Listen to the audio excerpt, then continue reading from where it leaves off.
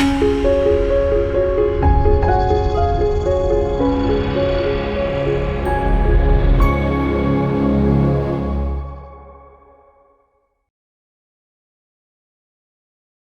మాత్రం. నేను మీ journalist Navata. Welcome to our channel. Pakistan, Bangladesh, Bharat ఈ దేశాలలో ఉండే ముస్లింలకు మాత్రమే హిందువులంటే ఎక్కువ ద్వేషం.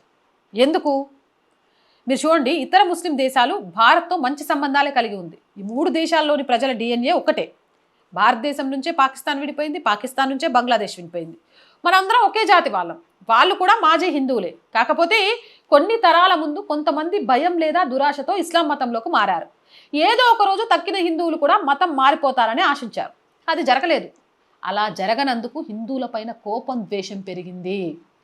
భారత్, పాకిస్తాన్, బంగ్లాదేశ్లో ఉన్న ముస్లింలకి కొందరికి ఒక కన్ను పోగొట్టుకున్నవాడు ఇతరుల కళ్ళు పొడిచేందుకు ఎలా ప్రయత్నిస్తాడో అలాంటిదే ఈ అసూయ, ద్వేషం.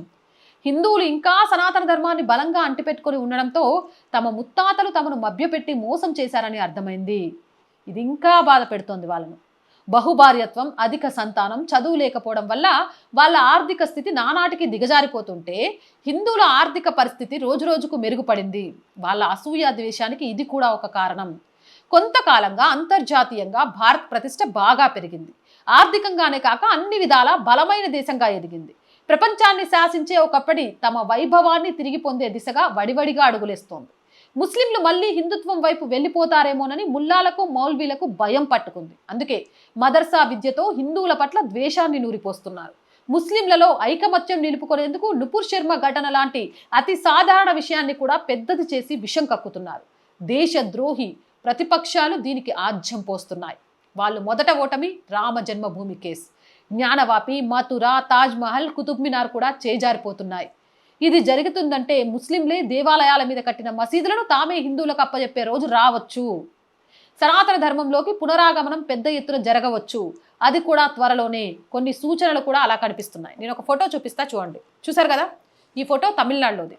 ఒక దేవాలయం ముందు ఒక ముస్లిం నిలబడి నమస్కారం చేసుకుంటున్నాడు. ఇది చాలా సంకేతం. త్వరలోనే వీళ్ళంతా మళ్ళీ హైందవ ధర్మంలోకి పునరావాసం అవుతారని చెప్పడానికి. ఇప్పటికే గర్వాపాసీలు చాలా పెద్ద ఎత్తున జరుగుతున్నాయి. మనమేమి వెళ్ళి మన మతంలోకి, మన ధర్మంలోకి రమ్మని అడగట్లేదు. వాళ్ళే మన ధర్మం విలువ తెలుసుకొని ఒక స్త్రీని గౌరవించాలన్నా, దేశాన్ని ప్రేమించాలన్నా, అనుబంధాలు ఉండాలన్నా, ఆప్యాయతలు ఉండాలన్నా, మనిషి మనిషిగా బ్రతకాలన్నా హైందవ ధర్మంలోనే ఉండాలని తెలుసుకొని తిరిగి గర్వాపాసీలు అవుతున్నారు. ఏదో ఒక రోజు అందరూ హిందువులైపోతారు. ఆ రోజు కోసం ఎదురు చూద్దాం, పోరాటం చేద్దాం. జై హింద్, జై భారత్. అండ్ మోర్ వీడియోస్ కోసం our group of channels, our voice, our political, our సంస్కృతి మూడింటిని వెంటనే సబ్స్క్రైబ్ చేయండి. అలా కంటెంట్ బాగుంది అనిపిస్తే లైక్ చేయండి, షేర్ చేయండి. మీ అభిప్రాయాన్ని కామెంట్ చేయండి. ఆర్థికంగా సపోర్ట్ చేయాలంటే స్క్రీన్ మీద గూగుల్ పే, ఫోన్పేతో పాటు అకౌంట్ డీటెయిల్స్ ఇచ్చాము. మీకు తోచిన సహాయాన్ని అందించండి. వ్యాపార ప్రకటనల కోసం 8328500576 నెంబర్ని సంప్రదించండి. జై హింద్, జై భారత్.